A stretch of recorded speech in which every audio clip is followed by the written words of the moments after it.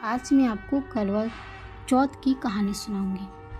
कहानी के अनुसार एक बार की बात है, देवी करवा अपने पति के साथ नदी किनारे रहती थी। एक दिन करवा के पति नदी में स्नान करने गए, तब एक मगरमच्छ ने उनके पांव पकड़ लिए और नदी में खींचने लगा। मृत्यु करीब देखकर करवा के पति ने आवाज़ लगाई।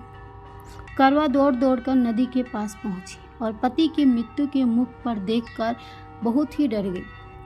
करवा ने तुरंत एक कच्चा धागा लेकर मगरमच्छ को एक पेड़ से बांध दिया।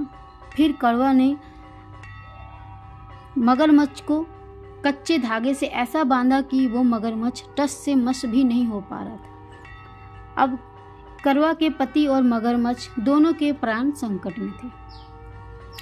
करवा ने यमराज को पुकारा और अपने पति को जीवन दान देने को कहा और मगरमच्छ को मृत्युदंड देने को कहा।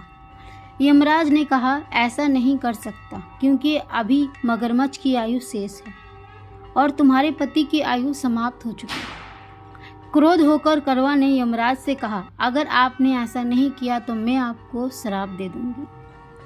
सती के श्राप से भय होकर यमराज ने तुरंत मगरमच्छ को यमलोक भेज दिया और करवा के पति को जीवन दान दिया। इसीलिए करवा चौथ के व्रत में सुहागन स्त्रियां करवा माता की प्रार्थना करती हैं कि हे माँ करवा माता, जैसे आपने अपने पति की मृत्यु को मुख से निकाल लाई, उसी प्रकार सभी सुहागन स्त्रियां भी इसी प्रकार निकाल सकें।